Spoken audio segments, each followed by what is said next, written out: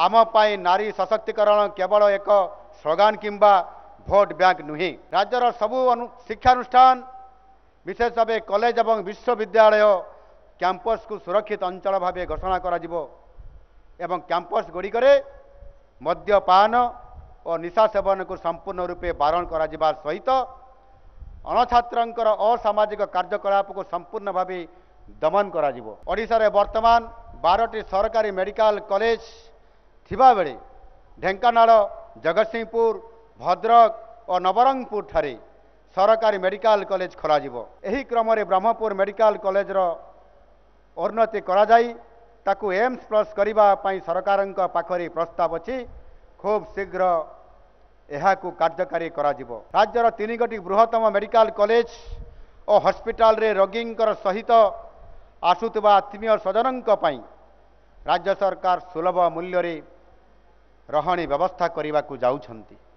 एथिपाई प्राय 2,250,000 सुविधा व्यवस्था करा जाउ। तेबे आम राज्यर पछुआ अंचलर लोकंकर आवश्यकता को दृष्टि रे रखी गरीब कल्याण अन्न योजना को आउ पादे आग को नहीं अधिक चाउल जगै देबा को आम सरकार निष्पत्ति नहीं छंती।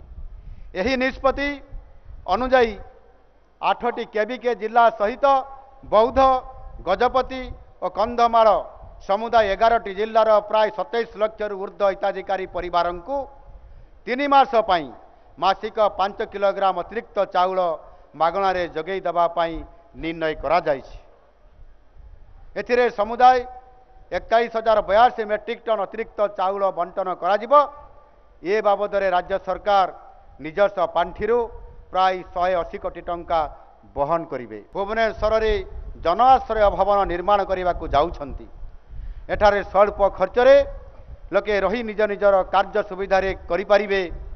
एहार निर्माण कार्य खूब शीघ्र आरंभ हब। पीएन ठारू आरंभ करी आईएएस पर्यंत सबु दुर्नीतिखोर अधिकारी सरकारक स्कानर रे अछंती। आखि नाही कान नाही बाजी गले दोष नाही न्याय रे विजिलेंस विभाग खंडा बुलुछि। प्रथमे कार्यानुष्ठान नियाजिब परे पदपदवी देखाजिब। दुर्नीतिखोरंक प्रत्येकटी रात्रि भय एवं विषाद रे कटिब एहार ग्यारंटी मु दउछि।